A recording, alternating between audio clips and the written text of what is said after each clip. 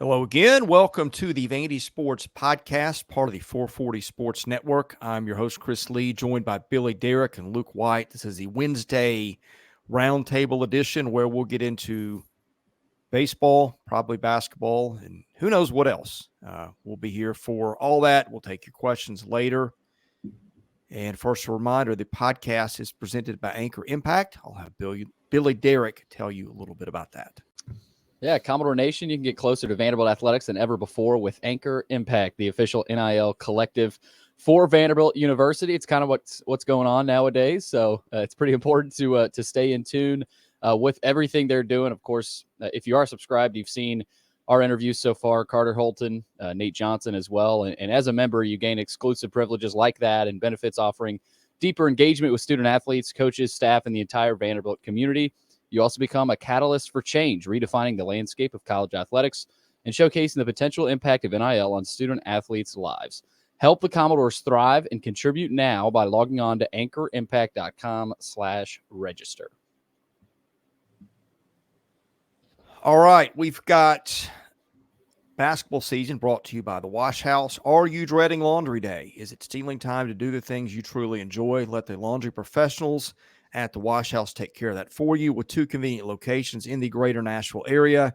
Just drop off your dirty laundry, and their professional attendants will give you back the one thing you can never have enough of. That's your time. Within 24 hours, you can pick up your nicely folded, fresh, clean laundry ready to be put away. Check them out at washhouse.com.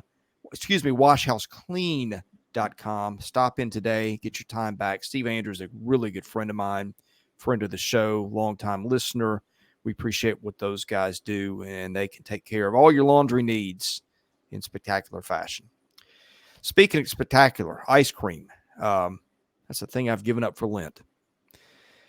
But when it's not Lent, let me tell you something. There's going to be a trip to Kroger, and it's going to involve Purity ice cream. And the guys that can help get you that are the folks at the Murfreesboro Pure Milk Studio, which is the Murfreesboro Pure Milk Company, which is presented – good grief. We're off to a roaring start here. Anyway, they distribute ice cream. They're really good at it. I like ice cream. It a lot. We all scream for ice cream.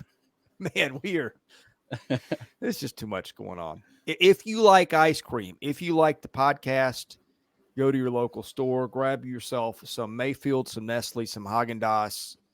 My personal favorite of those, good value for the money, is the Purity homemade vanilla. It is really, really good. And if you don't like vanilla, you can put other stuff on top of it. I mean, look, it's ice cream. What could go wrong? Take your pick. Take your pick. Proud sponsors of baseball season, which has taken a little bit of an uptick lately. Where do you guys want to start today?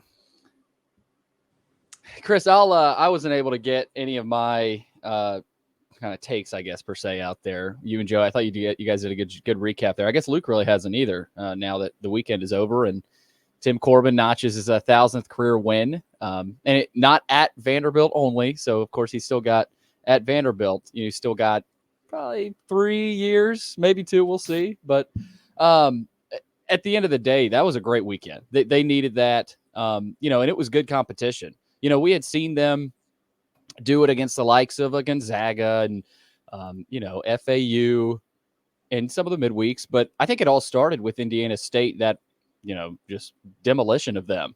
And that's kind of a scary game. It's always been a scary game, whether it's a regional or a midweek. And Vanderbilt put up 20 runs and really showcased some offense, and then beat a really good Evansville team as well. Both those teams have chances of being regionals, and then they go 3-0 in Houston.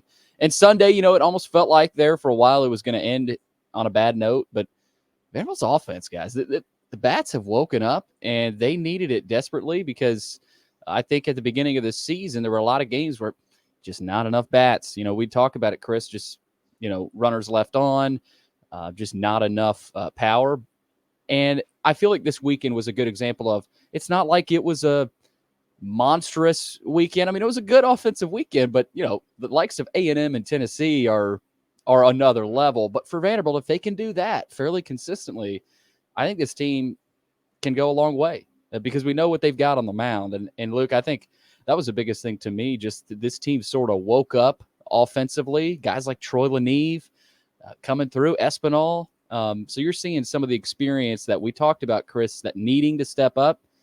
I think that was their weekend for the older guys, not to mention a freshman Cam Kojal having, SEC freshman of the week type performance. Yeah, Billy, I agree. I was there last night. It was about 400, 500 fans for Tim's 1,000th win in a miserable setting as far as the rain and so forth. Yeah. But, my worries with this team have kind of gone away. Now, I'm still concerned about some of the way the starting pitching has not been excellent yet. But the left on base is a double-edged sword, because if you're getting guys on, that's a good thing. And you're not going to line drive into double plays a lot like that happened a few times already. That's not going to continue to happen. And the depth of this team is what I'm more excited about than anything. Yep. Last year, if we'd have had Maldonado and Bolger out, who would have replaced those guys last year? This year, you go down to the bench, you look at Logan Poteet last night. He hit everything on the button last night. You got guys sitting on that bench that could start for a lot of teams in this league, like a Missouri or a Mississippi State and Ole Miss. They could start for those clubs. So keeping everybody happy is probably his biggest problem. Yeah, if you just looked at the box score yesterday, and I watched most of it while I was watching my daughter's lacrosse game when she wasn't playing, and they had, 19 guys on base yesterday, hit into 2 double plays. One of them, Poteet, hit the ball on the screws and just right at a fielder, and Jaden Davis, I think, doubled off second. It was just one of those days where sometimes you have a pretty good day. The runs don't show for it. They hit 2 home runs, hit some other balls hard, stole a few bases. They've had some lulls in the midweek. I think the pitching, I was going, man, they're finally going to get a shutout, and then they give up a 2-run bomb in the 8th. I still think that the pitching is going to be better than we've seen, but you're also looking at a league where there's a lot of teams hitting a lot of long balls. Look at some of the power numbers that Georgia and some teams are putting up. So, you can ruin a good outing pretty quickly these days. I'm not saying I'm concerned about the pitching, because I'm not, but I am a little surprised that the numbers aren't a little bit better. Here's where I'm just. I told you guys before the season, I could see a lot of scenarios for this team, and I still can. I think this is a good team. My gut is it's a little bit better team than I suspected. But again, it's a weird team. It's not anything like I've covered before. And I always kind of check some computer rankings, and it's really early just to get a gauge on, okay, they're taking the runs scored, the runs given up, who they played, and see where they are. And the last few years, even the teams that fans claim were awful or mediocre were top 10 by most of the computers. This one's 22nd in Kenneth Massey this morning. Wow. I thought might have been a little bit better. And look, some of these are teams that are racking up, scoring 17 runs against Albany in a midweek or something like that. So I'd sort of discard some of the data this early till teams start playing good on good a little more frequently. I'm going to check some other ones, but just kind of another little mixed signal of what are we looking at here? Yeah, let me ask you guys this real quick. I know we got a lot of mailbag questions to answer, but power wise, I saw where Tennessee has already hit 32 home runs, which is kind of ridiculous. I know the competition level has not been great for them, and Albany, I think they had Bowling Green last weekend, so they had. I think they were in Arlington opening weekend, but A&M has been mashing the baseball, and Vanderbilt. Look, maybe Vanderbilt does end up being top half of the league, maybe even top 5. In home runs, I don't see that. But what do you guys think in terms of if the pitching isn't quite what we expected, does that mean the power numbers even have to increase more? Like where is that threshold for y'all? Like how much power does Vanderbilt have to have? And I guess it all depends on the pitching though at that point. To me, we're a doubles machine, and that's what we're going to be. Yeah. We're going to rattle the walls. I don't know where we stand now. Don't really care because I know our competition has been slightly better than some of the other teams. Mm-hmm. I'm always 38 doubles so far this year. And where does that rank in the conference? Do we know? That's got to be up there, Chris. I'll look it Top. up in a minute. But my point, and I always compare us to Tennessee because that's our rival. But, if you look at their first 3 games that they played in Texas, they scored 1 run, they scored 6 runs, and they scored 5 runs. Since then, when they've gone back to that little softball field they play on, they've hit all those home runs. They played Albany, Bowling Green. Last night was, I guess, a legitimate appointment. I don't know where K-State is in the Big 12. They hit 5 home runs last night, I think. I just take all that into consideration. Yeah, and they've been at home. Like you said, they have, when they go on the road, it's always a little bit different. We've seen that with them. But yeah, I'm just interested, Chris. And you mentioned the doubles, Luke. That's got to be up there, top 5. I know Chris is looking it up. 5 triples, 16 home runs. That's not chopped liver, so I think they can just hold up there under the bargain of what they and we believe is good enough and acceptable. I think this team will be fine. Right. All right. I'm going to hit a few things at once. Doubles leaders in the SEC through yesterday. Vanderbilt first, 38 doubles. Tennessee second at 34. Triples. Vanderbilt is tied for second with 5. Auburn's got 6. Home runs, Vanderbilt is, ahead of Mississippi State, which only has 7. That's surprising. Ahead of Kentucky, which has 10. That is not surprising. Ahead of Arkansas, which has 11.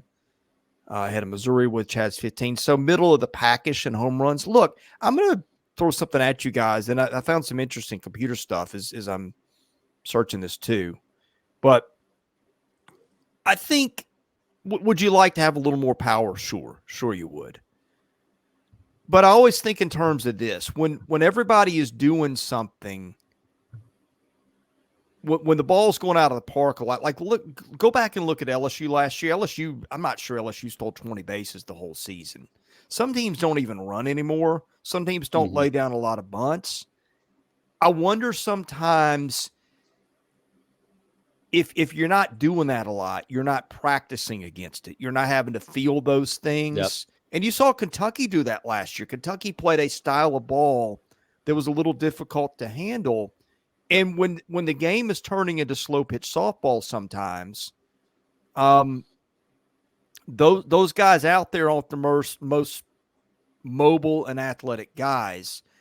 I do think there's something to be said for playing a style, putting the ball in play, and making guys make some plays that maybe an opposing team hasn't recruited to because they're getting all these big donkeys that just get up there to swing and miss and hit the ball out of the park or not. I do think that there's something to be said. Like 10 years ago, 15 years ago, what Vanderbilt's doing would have been a little easier to defend. I think now might not be the case. One other stat, Chris, if you don't mind looking up, where are we in stolen bases in the conference? I think they're second behind Kentucky. No, they're ahead of Kentucky now. Vanderbilt's 35 of 39. Kentucky is 32 of 37. So if we are 8th or 9th, wind up 8th or 9th in home runs and wind up in the top 3 in doubles and stolen bases, that's going to be a lot of wins. Yep. Look, their on-base percentage after yesterday is .422. If they're anywhere near that, this team's hosting a regional, and maybe 2 of them. Yeah. Yep. We know, and I'm sorry, Billy. Believe it or not, we're already through half of our non-conference schedule. It's over with. We only have 13 non-conference games left, sitting on 11-3. If they go 10-3 in the other non-conference, 16-14 in the league, that's hosting a regional, right? Say that again? So, yeah. Okay, if we go 10-3 the rest of the non-conference, and then go 16-14 league, that's 37-20. That probably puts you in a regional, maybe a national seed, right? Probably. They've gotten a bad start in RPI. They are 122 as of today. Now, I think that's going to go up. I think they put a little more emphasis on home and away. So this was a bad year for them to not having played a road game to this point. But that stuff usually evens out when you start to pile up your conference games. But I'm a little concerned with that part of things too. Yeah, and RPI, I think there's some interesting teams up top, like Notre Dame is up there. Notre Dame's decent team. They're as high as 6 right now. Old Dominion. You got some interesting teams up there. So I'm with you, Chris. I don't know that that matters as much right now. It certainly matters. Like last year, the RPI was the number for Vanderbilt. I mean, they were kind of hanging on with that RPI, even though they didn't have the best record. So, Luke, I'd say if they go, like the 20 loss number is kind of where it gets interesting. Like you're kind of in that last tier of teams fighting for it. You saw a lot of teams fighting for some of those regional spots last year. So I think if you have 20 losses, but your RPI is really good, I think you're in a decent spot. If you got 20 losses and you don't have the best RPI, you haven't played well on the road, or your margin of victory isn't great, I don't know that, that's a regional team. But, the eye test is also a part of it too. And what I see from this team right now, I think the way they're playing right now, they're definitely a regional team. And they are, offensively, that was the biggest question coming into the season. And I think that has changed so far. At least for me, the perception wise of maybe what this team can do offensively. All right, guys, I'm looking a little bit more at the computer rankings, and the more I look, the more I throw them out almost completely at this point. Again, the RPI is going to matter. The KPI, which they're going to use the selection committee, is I don't know if he doesn't start computing that till 15 or 20 games in, but when I looked, I think 2 days ago, they still hadn't started the calculations. But I'm looking at Boyd's World, which is one of the more popular computer polls, and I think it's unduly slanted towards the West Coast, but it is what it is. Vanderbilt's 47 in that one. I'm going, oh, wow. It gets a little more concerning as you look at it. But then I look at some other things, and I'm looking at some of the discrepancies in these rankings. For instance, Kenneth Massey, and there's a little more – things are usually a little closer as you move along. Mm-hmm. For instance, Tennessee is 4 in Massey. Tennessee is 28 in Boyd's World. Arkansas is 18th in Massey. It is 6 in Boyd's World. And here's the one that really is like, okay, if they've got this team sized up where they do, then I'm putting a little less stock. They got Boyd's World's got Wake Forest at 24. Kenneth Massey's got Wake Forest at 16. And UC Irvine is number 2 in Boyd's World, and it is number 3 in Kenneth Massey. I'm going, all right, what's UC Irvine done to get that lofty ranking? Well, it has played, 5 games on the road, 4 games on the road, 3 games at neutral sites.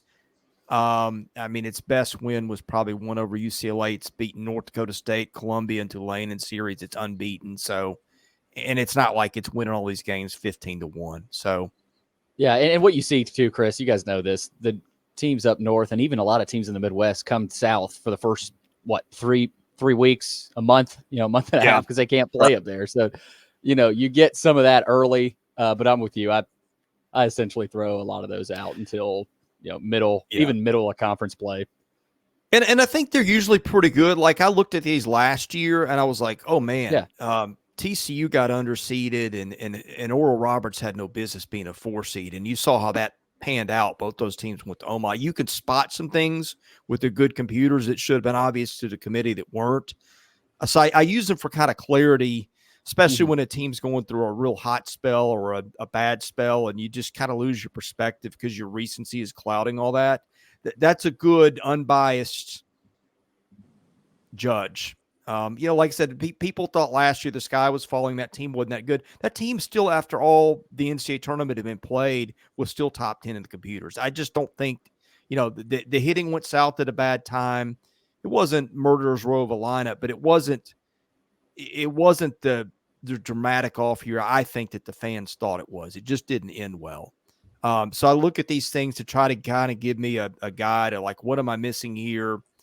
Because other teams have strengths and weaknesses, and that's usually a good place to jump off and get a a good judgment on things. Yeah. But the more I look at what the computers are spitting out so far this year, I'm not finding anything that's very relevant yet. So anyway, in summary, I still think this is a pretty good team.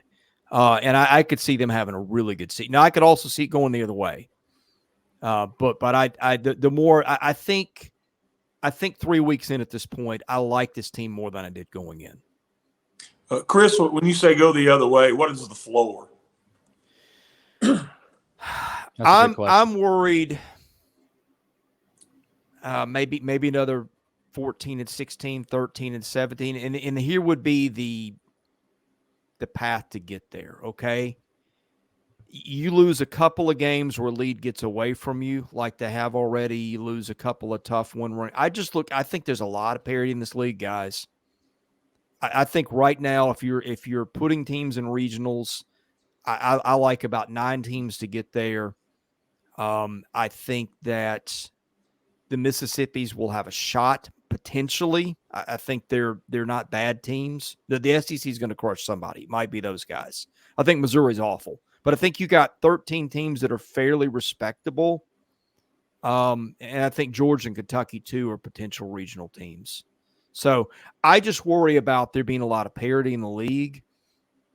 And there's somebody that's going to look up and just caught some bad beats on a couple of weekends and, left guys on at the wrong time and lost an inordinate amount of one-run games. I don't think, I could be wrong. I don't think Vanderbilt is going to be a team that just runs away and hides from everybody. But I'm not sure anybody in this league is either. Right. Yeah, I had Allegretta on before the season, and he made a really good point. He said last year that LSU team was completely healthy all season long. Their 2 horses, Cruz and Skeens, obviously didn't carry them. They had a ton of talent, right? But their pitching staff stayed healthy. Vanderbilt was the opposite. And Chris, I don't know if there's been a single year ever where Vanderbilt was plagued by pitching injuries as much as they were last year. So, if they could stay healthy, their floor, I think, is a lot higher because you've got that pitching. Pitching is, you've got that. When the bats aren't going, maybe you can win 4-2, 3-1. So I just think pitching health is almost the most important thing for this team just because of what happened last year. And offensively, I think we kind of know maybe the floor has been raised offensively for this team, at least after this weekend. I just keep going back to pitching health because I thought it really plagued them last year. Well, Bill, let me throw one other thing at you. Jack Bolger was hitting leadoff, and I think first or second on the team in on-base percentage. He's out. Yeah, for a Maldonado. while. Maldonado didn't play well when he did. I'm going to presume that shoulder was an issue when he was playing. Maldonado would have been hitting cleanup 5th in this lineup, something like that. Those 2 guys are gone. They still got guys in Holcomb and Humphrey. You're like, Polk. They're like, they need to get this guy in there or that. I mean, they've got a ton of lineup depth. Yeah. You know what? Jaden. Yeah, go ahead. You know what it feels like, guys? A lot of those Calipari Kentucky teams, even this year's Calipari Kentucky team, who's going to get you tonight? I mean, you saw Matthew Polk hit one out. I mean, he hadn't even really played. Leneve had that big triple. It's almost like, last night was Poteet's night. Who's going to beat you on that night, Luke? And I think that's a really dangerous thing to have in a team. Yeah, and like I mentioned earlier, last year, if those 2 injuries that Chris just spoke about, if those would have happened last year, name me the 2 guys that would have replaced them. Yeah, I don't even know at that point. I mean, that you could depend on. You could probably defensively be okay, but offensively, that would have been 2 bats out of the lineup, and you'd have been in sad shape.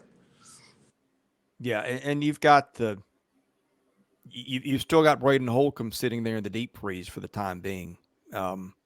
And I think the longer the season goes with a lot of these young guys, whether it's McIlvain or Holcomb, or even some of the newcomers like a Humphrey just continuing to get adjusted, just feels like this team, the longer the season goes, the better they'll get, like most teams. I'm just really intrigued, especially with those young guys. Like, what is McIlvain's ceiling? I don't know that we know quite yet. I mean, we know he's really good, but, does he end up being a starter for this team? Does Holcomb find his way into the lineup more consistently? I think those younger guys, Kojal, can he keep this going? I think those younger guys are just as important as a lot of those older guys stepping up.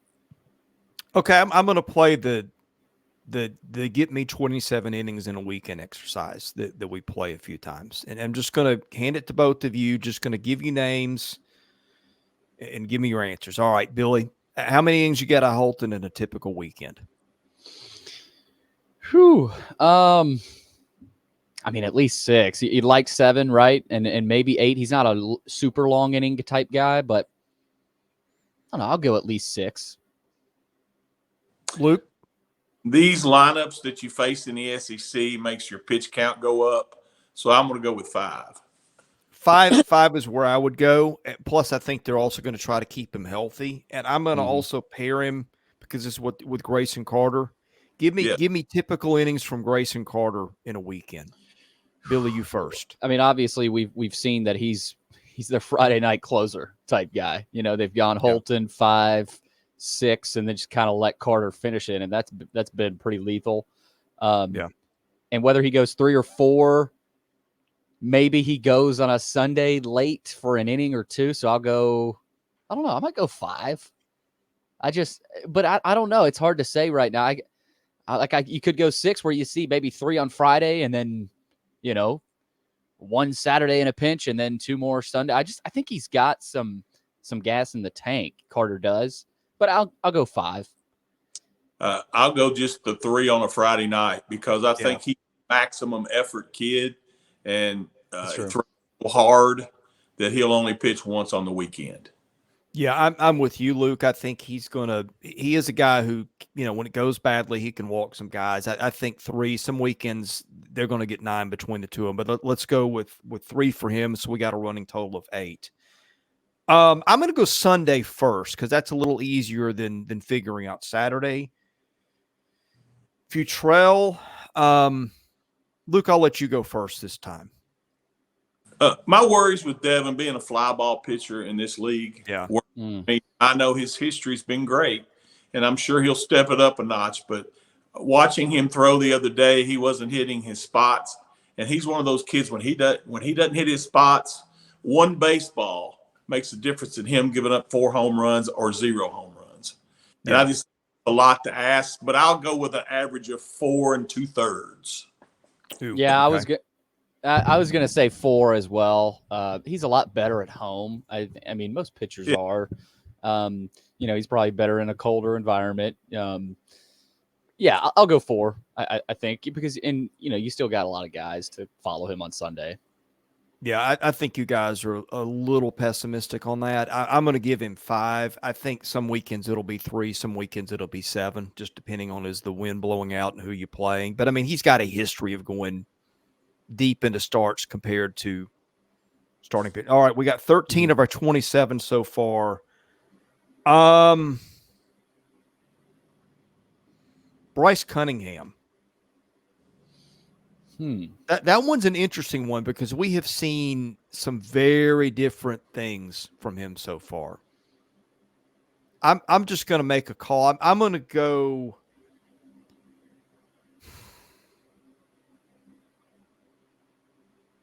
This is tough. I'm going to conservatively go 3, but I could argue for higher. Yeah. I was going to go 3 too. But I'll be different. I'll go with 4. I think Cunningham can be a guy that, whether it's like, I don't know if you're going to see a game where he goes 4 and just kind of shuts down a game. He could. I mean, we've seen him do some of that. I think he's more of a 2-inning guy here, pass it off, and then maybe later in the weekend you do it again because he does have some pretty good, stamina. So, yeah, I'll go 4. I'll go 3 1/3. The reason I go that 3rd is because I think he'll start the 4th inning, but the first sign of trouble, they'll take him out. So I'll go 3. All right, I'll go I'll put it down conservatively at 3. So far we've gone Holton 5, Carter 3, Futrell 5, Cunningham 3, Dukanich. I'm gonna guess 4. Yeah, but it could be more. That's right now. For me, that like one's down the hard. Yeah, I mean, who knows in a regional, he could be starting that 3rd game and going who knows how long, So, but right now, I think 4 is probably a pretty good number. I agree with the 4, and I tell you what, he may wind up being, if he gets his stuff together, he may be getting a 5 because he's tough. I mean, the other day he didn't look good. I know that, but I really like his upside big time. Mm-hmm. So we've gone 20 innings between those 5 guys. I could argue we've been an inning or two conservative, and that leaves you for everything else. That leaves you McIlvain, Horn, Hawks, Ginther, Cyber, Miller Green, Kranzler, maybe Sam Laboki. And oh, by the way, now you got a midweek guy in J.D. Thompson who threw 6 yesterday. Yeah. Corbin's probably and come on, JD. I mean, you're that's making kind it of harder. his speed. Although, kind of a softer he hit 93 yesterday, and I was listening to the broadcast like, wow, we didn't really know he had this in him. Didn't walk a guy. I mean, that's the more I walk through this, the more bullish I get on their team. Mm-hmm. Because I don't think we've seen – I think the pitching can pitch better and maybe considerably better than it's thrown so far. Watching body language and the way kids conduct themselves, J.D. Thompson may be the most confident pitcher on the staff. Yeah. He's not scared of anything. And he is relaxed. Speaking of body language, that was a big thing for me the whole weekend. I thought after Leniv's triple, that was as fired up as I've seen the dugout that, Leniv too. And then even after the game, you're just seeing a little bit more swagger from this group that you really didn't see a ton of last year. I mean, Bradfield brought it every night. But I had been talking about that all season last year that, where's the swagger? Where's the edge that Vanderbilt does usually have? They're never disrespectful, but they kind of come in and say, we're beating you. We're not losing. And so I think they're kind of getting that back. And I think the older guys have really helped with that. And Chris, I'm with you. The more just looking at their stats and going through their roster, some of the guys, it's like, oh, I forgot about that guy, but here's this guy too. Here's JD Thompson. It's ridiculous.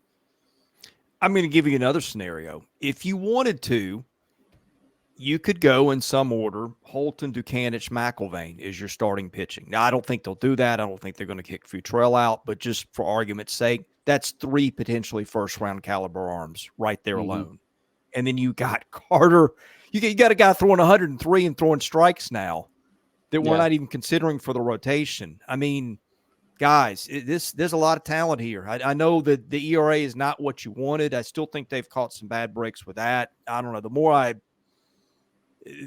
I talk through this, the more I fall on the side of upside over the floor on where I think this season's going to go. Guys, when do you think we'll see David Horn? That's kind of a mystery right now. We haven't. I don't even know that we've had an update here recently. I know you Joey don't had brought it up. need to rush him. I mean, if I'm sitting there, I don't know the prognosis, but if you're sitting there and Tim's talking to the team physician, he's going, he's great right now. He's 98%, but you give him another week and he'll be 100 and he'll have some gas in the tank at the end. I think you can, and maybe they're doing it with McIlvain too. I just think they've got so much depth that they can afford to be a little less aggressive on timelines of getting guys back. And that's a wonderful thing to have, guys. Yeah, absolutely. Yeah, that's a good question, though, about Horn, because, go ahead at the end of the season, he was a guy, but now it's almost like, oh, David Horn's also there. He's just not healthy. Yeah. But I do want to bring this up, and I'm sure, I don't know if we got a question about it, but Tim Corbin on his 1,000th win last night, we're very grateful for a lot of years, a lot of time. I'm sure there's times where my wife would rather be sleeping with another man when I came home at night. Man. But we've managed it, and we've had fun with it, and we've enjoyed it. I know that was taken in the improper context on Twitter by a lot of people, but that's Tim. I mean, Chris, Luke, he's got that dry sense of humor, and that's just who he is. I mean, there's multiple times over the years, Chris, where I'm sure you've kind of did a double take after something he said, but then you end up laughing at it because it's Tim Corbin. So that's was there a particular fan base that took that in a sexual direction last night? I mean, just on Twitter potentially. Oh man. Let me just, if you saw the quote, let me tell you what that meant. It has been a running joke for a while that he is not the easiest guy to get along with after, and which I could have told you from the first month I covered him, that you do not want to be around this guy when he loses. And his wife, I did a feature on him for a magazine view, and his wife was very open about it. Like he's intolerable to be around when he loses. And that's what that comment was. Come on. I mean, if people have their fun with it, okay, that's fine. But that's what that was. It was pretty funny, I'll say. Yeah, I wanted to. I mean, if you took it out of context and wanted to have some fun with it, that was there for the taking. The open letter Maggie wrote was awesome. Yes. Yeah. Loved it. You couldn't have said it any better. Yeah, and it's hard. There's so much, and I don't even want to look back too much, but I mean, you do take for granted the coach you get to cover sometimes, and you never know. And he always says the seat is rented. To hear somebody say that, the caliber of Tim Corbin, I think him and Dave Van Horn, Chris, are the two at the top of the SEC now, and I think those two guys are going to have some pretty good teams this year, and I don't think that's a coincidence. Yeah. Yeah, I just wanted to go ahead. I was just saying I wanted to get that out there. Unless you guys want to get to the mailbag. Let's just do the mailbag, because I think the stuff people want us to address is in the mailbag. Yep. Sutherland and Belk brings us the mailbag. Family owned. I'll tell you what. I'll do the reads if you'll pull up the questions. How about that? Okay. All right. Our mailbag presented by Sutherland and Belk, a family-owned injury law firm. If you or a loved one has been hurt in an accident, give Taylor or Russell a call, 615-846-6200. See what your rights are and if they can help. Also presented by John Levin and the Maynard Nexus Government Contracts Group. Maynard Nexus advises government contractors on all aspects of their needs with a proud focus on matching legal solutions to business needs. They got their own Chris Lee. I don't know how he'd size up, how to divide the innings. But he's probably busy doing other stuff. They're great at what they do. Got a huge staff of people. We appreciate those who help us out and really appreciate those two sponsors. Billy. All right. Go Doors 94, kicking it off early this morning, about a little after 7 a.m. Who would you choose? I assume this is involving the basketball coaching situation. Without going into specific names, a young, energetic coach who lacks Power 5 head coaching experience, or someone with Power 5 head coaching experience with good but not great results? I think that's a good question. Obviously, a young, energetic coach who lacks Power 5 head coaching experience would be a Bucky McMillan, for example, who is having an amazing year at Samford and is hot right now. And then, someone with Power 5 head coaching experience, good but not great results, would probably be a guy like a Kyle Smith from Washington State, who that name keeps coming up for me. And he's brought that up on the board. He's got the nerd ball going on, and I think that could potentially be a fit. I go with the coach with Power 5 head coaching experience. Now I know Bucky ball. Everybody loves Bucky McMillan. But I think with where Kyle Smith is going, and I'm throwing Kyle Smith out there, there's other Power 5 head coaches out there with good but not great results, but I think he's a good example. He's been at Columbia. He was at San Francisco. He's won everywhere he's been. He hasn't been to a ton of NCAA tournaments. This year he'll be there. But I take the Power 5 head coach with just more experience. Not sure about you guys. I'll answer that a little differently. I kind of did a little dive into this stuff, and what I think the three, if I were choosing, I would look at Chris Mack, Shaka Smart, and the man at South Florida, Raheem. That would be my three choices. What Vanderbilt's going to look at, unfortunately, I think, or maybe fortunately, I don't know. I don't want to judge already. Kim English, Cal Smith, and Tommy Amaker as Vanderbilt. If Candace is making those decisions. Yeah, I could. There's a lot of places we could go with this. I think that my indications are they're going to use Renaissance as a search firm. if there is a search. You can go look that one up. I thought for a while that they need a high floor guy. And that I thought that Richie McKay at Liberty might be a really good candidate for that reason, a guy that that's done it at a private school. They really defend. You can teach a pack line defense that a lot of teams don't see, gives you difficulty. I've been kind of on the higher floor train. And look, if you can get a Chris Mack or somebody like that, then or a Shaka Smart, that's probably your answer. A guy that gives you everything that you want. High ceiling, high floor, proven he can do it at D1. I think the pool of applicants is going to be a lot better than I would have thought 3 or 4 months ago if they get there. And I'm not saying they're going to get there. I have mixed feelings on that. But I think the pool of young coaches who could do well here is going to be bigger than I thought. I think a lot of it's got to do with NIL. I think what they're doing in NIL football, from what I was told by somebody in the coaching community, has gotten people's attention. So I think the ceiling and the expectations for what you can hire are higher than I would have thought a few months ago. Now, do we trust them to make the right hire? That's another question. Sorry. Yeah, I just think Vanderbilt needs to they need to find their Greg McDermott, a guy who's been at Creighton for a while. They need to find their Kevin Stallings. McDermott, I think, has made 1, 2, 3, 4, 5, 6, 7, 8 tournament appearances in his 14 or 15 years, something like that. They need to find a guy with consistency, like you said, low floor, Chris. And of course, it's assuming a change is made. Or high. Yeah, we want a low floor. High floor.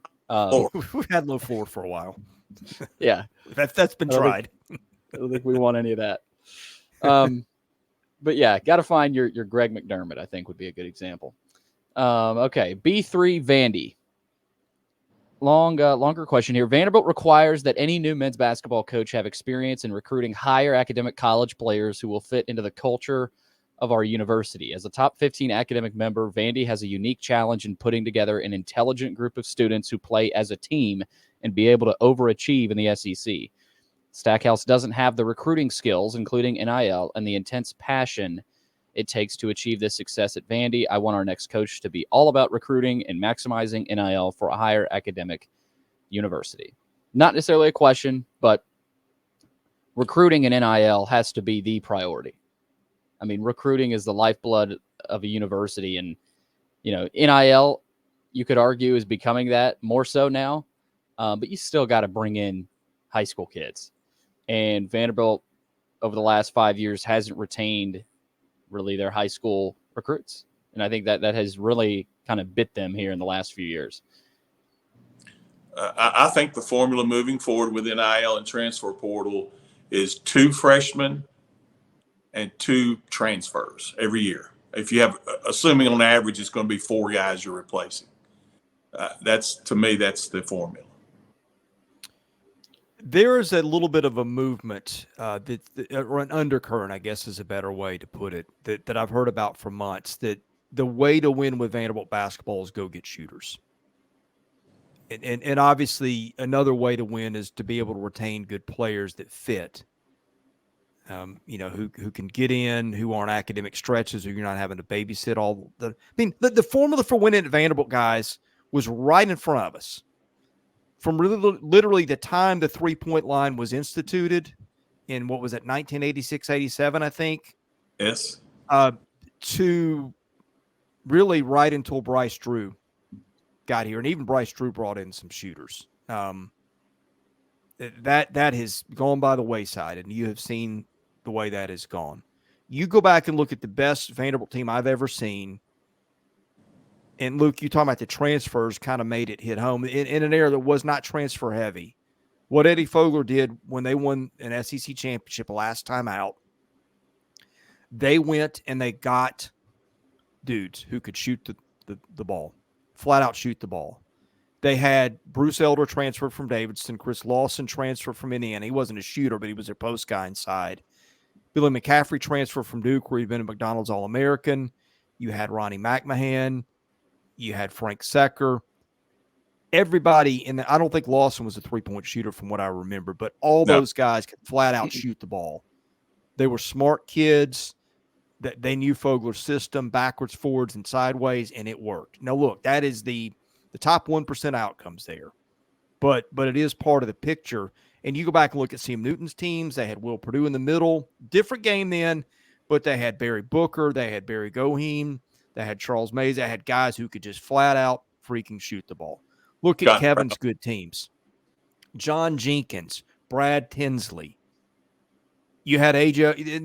That's kind of another underrated part. You had a good post guy on all their great teams. You had AJ Ogilvy, who's probably the most underrated player that I've covered at Vanderbilt, maybe in any sport.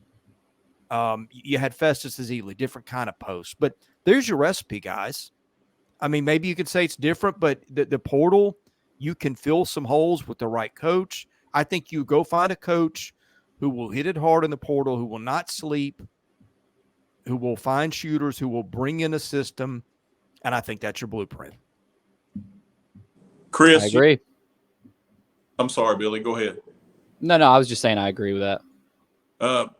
Chris, you go back even further than that. The 60s and the 70s and the early 80s, when Vanderbilt started to was always in the top 4 in the SEC in free throw shooting. Yep. And there wasn't a three-point shot, but we had shooters like Phil Cox. We had shooters like the F Troop, Fozzie Spear and Ford, Jan Van Bredikoff. We had guys that could just shoot from the perimeter even before the three. We don't have guys now. They're shooting in the 20s. My goodness. I saw Barry Booker leaving one of our games, and he said, Luke, I made more threes in warm-ups than these guys make in a game. It's awful. That's the biggest problem now. I mean, lack of shooters, and experience too, player retention, culture. I mean, that's important. They're just that hasn't been there, and that has to change. Okay, please rank these candidates from WKU Door. Please rank these candidates in order of personal preference and also in order of likelihood of Vanderbilt hiring them. We've got Kim English, Chris Mack, Bucky McMillan, Shaka Smart, and Kyle Smith. I will go number 1, Chris Mack. Number 2, Bucky McMillan. Number 3, I like Kyle. Kyle Smith has started to pop up a lot more for me. I'll go 3 for him. Like Kim English, I'll put him 4. Shaka Smart, I don't think is likely. I mean, I think he'd be a great hire. I don't know that that's likely, and I'll put him 5. But Chris Mack would be at the top of that for me. I agree with yours. That's weird. Yeah, we're in agreement. That's very odd. I've got it written down here. Wow. I think Mack and Shaka Smart have to be your top 2. I mean, they have won at Power 5 levels, and they've won a lot. How realistic is Shaka Smart? Probably not, but there are some ties there. Mack feels like there's some interest in the job. I don't know what their interest is, what Vanderbilt's interest is in him. Asking me to predict, God help you. I mean, I was given some names that if there's a search committee and it is your typical, the names that I got, if they're accurate, is your typical academic/DEI focus committee. If the names I got are right.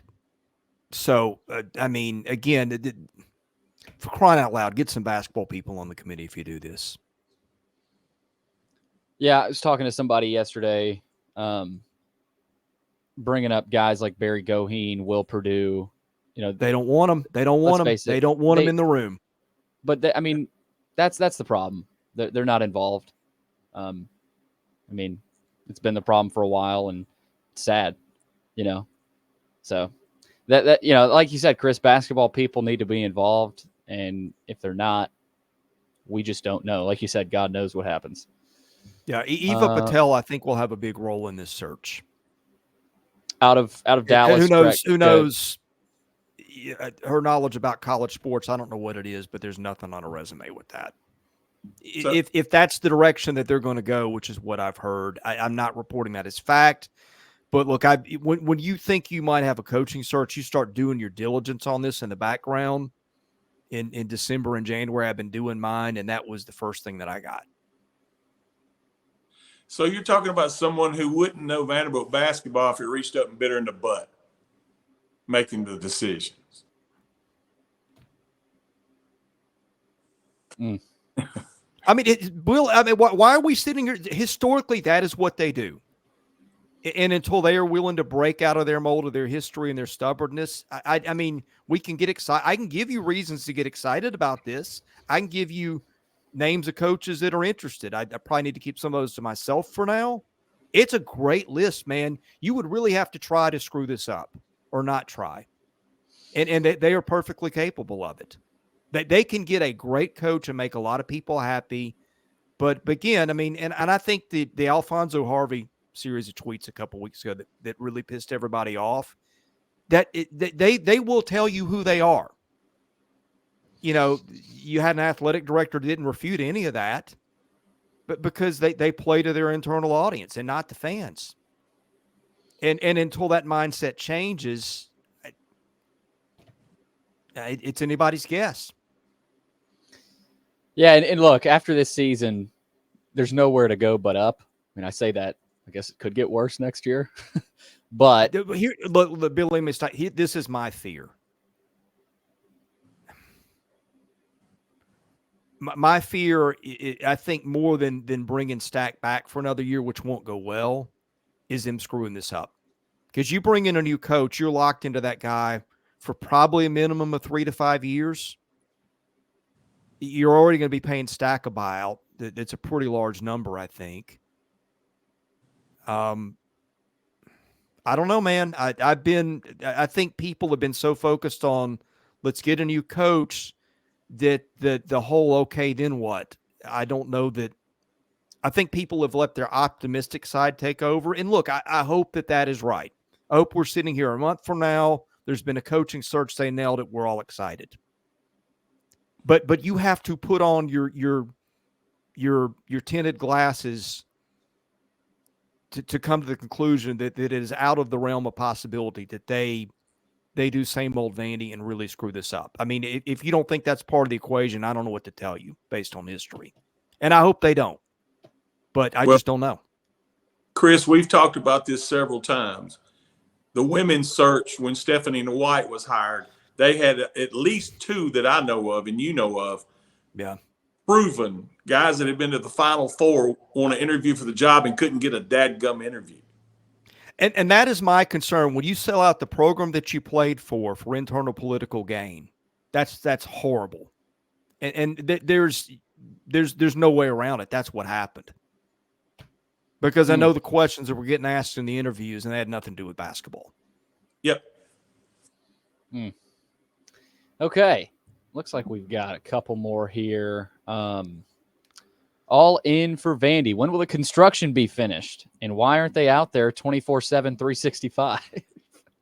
Well, you can't be out there when it's pouring raining. It was raining yesterday. This summer, I mean, I would guess, and even this spring will be heavy. I mean, I can't answer that question. Why aren't they out there 24/7, 365? Who knows? They might be. But it hasn't gone, it hasn't gone as swift as I thought it might be. I mean, they do have the other side of that, the other end zone started, but there was this is so overdue that you knew it was probably going to take longer than you expected. Let me give you something to be concerned about. And I noticed it last night. There was only 500 people at the game, probably at the most. And I was talking to someone who's been over there forever, who is over the ushers. And I got into a discussion with him. I said, what are we going to do with this one way in, one way out for the 2,500 seats whenever it's an SEC game and you're playing a Tennessee and there's a heated rivalry and they're all bottlenecked into this one area going down the first baseline to the right field foul pole? Because you have a lot of elderly Vanderbilt fans and they could move slow and a lot of times you can't pass them. So you're stuck behind them and there's going to be a lot of yapping going on. They better have security for that. or have another way, and I don't know how you do it, to get out of that stadium once the conference begins. The entranceway, the pathway, it goes through the right field, and it's very narrow. There's not a lot of room for people. You can maybe walk 3 or 4 guys side by side, but. Well, we had probably 1,500 here for some game, I remember, and it took us, my wife and I, it took us probably 15 minutes to get out of the stadium. So what are you going to do when you add another 1,000 to 1,500 to that? Yeah, Luke, they need to either. Go ahead, Billy. I was just going to say they need to either expand that if they can. I don't know if they can, or make another entrance. That's what I was going to say. Going to have to. Or you're going to have to up security and have one on every little concrete brick pillar as you're walking out, because I'm telling you, I know how it is at baseball games when you're playing an LSU, a Florida, a Tennessee. Luke, how long did it take them to finish Hogwarts? To finish what? Hogwarts. I'm lost. I don't remember it's the name of the dorm, the tower that you can see from. I can't think of the name of it, so I call it Hogwarts. I don't know. It looked like it popped up overnight. That's what I thought. I mean, I don't understand why this is taking. I mean, they started coming up with the plans for all this in 2019, excuse me, early 2019. They completed that in 2021. Yeah. So when did it begin? 19? Yeah, I think. They started talking about the plans for all this stuff at Vanderbilt in 2019, and we're well, and that's 2024. That's the Zeppos College, that building basically. So, whatever that means. Okay, yeah. So when will construction be finished? Similar to what Chris said earlier about the basketball coaching search, only God knows. It's everything is supposed to be done for football by the start of 2025. So you're saying by the start of the 2025 football season? Excuse me. Sorry. Yes, not this season, but next season. Yeah, I think the basketball building will be done, and that'll be nice. I'm looking forward to seeing that. So you at least have one end of it finished, but I think the other end is expected to be completed sometime before the 2025 season. The baseball stuff and all that, I don't know, but yeah, that's definitely further down the road. SR Kane, what storylines are you most excited for in spring practice? That's this week, no, Chris? 19th. Or 19th. That's when it starts? Yes. Yeah. Man, that's late. Yeah, I mean, for me, look, Nate Johnson, just to see him throw, that's something I'll be watching. I think a lot of other people. Defensively, on the defensive line, transfers like Corday Sidner from Purdue, Darren Agu, just the size of these guys and how much different they look after the winter program. And then other than that, just, get to meet some of the coaches, Tim Beck and hopefully, Jerry Kill and even some of the newer defensive guys, which I think were good hires. And, just kind of see the new personalities. What's different than last year? I wasn't at spring ball last year, and Chris, you might be able to help me with this, but just kind of some of the differences, the small differences about maybe how they operate. And talking to Clark's usually really good about, here's what we've changed, here's what we're doing. But first and foremost for me, Nate Johnson, and then maybe some of the transfer receivers, the kid from Ole Miss, Jeremiah Dillon as well, and the physicality overall. I think this is a physical team, more physical. Just to see what they look like as well. But I would say for me, Nate Johnson is first and foremost. Mine would be, and as a position group, the offensive line and the scheme that we'll use now that we're more of a running football team, and just how much bigger, stronger, and together they'll hopefully play. Because I just think that's the key to this offense being successful. I think they've got the parts otherwise. I think the running game will be tons better. And then getting to see Clark do what he does best, and that's be a defensive coordinator. Yeah, it's funny. We all went three different directions because my first thought, obviously, the quarterback is a big one, but I thought, can they cover anybody? Do they have cover corners? I'm not sure what we're going to learn. I'm not sure their receiving room is super talented. So maybe they'll look better than they are. But I mean, that's just been so. Billy, we went to practice last year. How many times did we just look up and go, "My goodness, can these guys cover anybody?" Yeah. And that's kind of how it played out. Yeah, and so we'll see. Obviously, they got some transfer receivers, so we'll see what they look like. Lastly, here, 1-star Bandit. Who are the potential home run hires for hoops that are in the realm of possibility? Maybe some names that have not or have barely been mentioned, and what's a best case scenario for next year in basketball? I know we've talked a lot about the candidates. Potential home run hires. I mean, Chris Mack. Bucky McMillan. I think would be a home run. Shaka, of course, would be a home run. Again, I don't know how likely that is. I like Kim English too. I think Kyle Smith, maybe not a home run. Kyle Smith would be, I think, a high floor guy. I think Kim English would. Kim English, you talk about culture, development, he'd bring that. Some names that haven't been mentioned or barely mentioned. Josh Schertz at Indiana State. He's done a phenomenal job with that program. And I think, again, does it happen? Probably not. But I mean, he deserves a look, I think. Casey Alexander at Belmont. Yeah, he's obviously local, done a great job there. I think those are two Missouri Valley coaches that have done a really good job.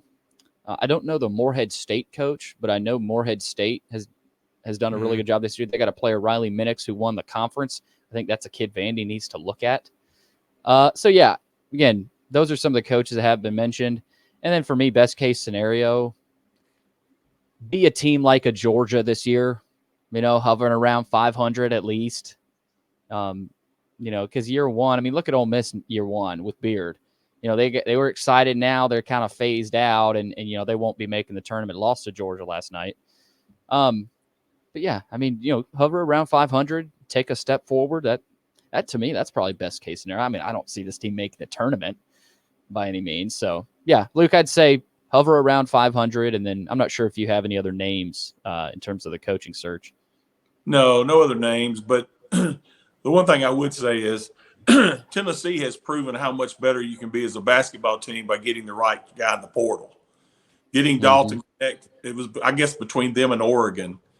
So go out, spend some money, and get a guy that's a 3-level scorer that'll excite the crowd and bring people into Memorial Gym to watch them. And you could get to an NIT again next year. Yeah, Billy, you had a lot of pretty good names there. I will give you a couple of footnotes on some of those. Josh Schertz is a name that I have heard connected privately with Vanderbilt if there is an opening. There's also been some talk that he could get a bigger job than Vanderbilt. Louisville's come up. I don't know where the Louisville one's going to go. There's been thought that Eric Musselman would get that job. So that's just, Schertz might be in play for some jobs bigger than Vanderbilt. But who knows? Kim English is one that I've heard a lot. Kim English has also been an assistant at Tennessee and seen all this dysfunction. I have kicked that one around a little bit, and I wouldn't tell you this with confidence. I would need to dig more, but he may look at that and say, "Hey, I'm way better off at Providence." We'll see. Be interesting. That's all I got, Chris. Yeah, I guess we're good. Any parting thoughts on the show today? I'll go Billy, Luke, and then I'll end us. Yeah, obviously baseball. They've got. I'm already forgetting who they have this weekend, Chris. They've got Illinois State. Illinois State. Good. Usually a pretty decent team. So we'll see if they can keep it rolling. Basketball wise, morbidly curious about how tonight goes against Kentucky. I think Kentucky's a 17.5-point favorite. That, again, not that they need another flashpoint. That will, likely be another one. And then Saturday, Florida, senior night or senior day. So just to kind of see what happens, post-game presser and then SEC tournament. Is this a big weekend? We'll see.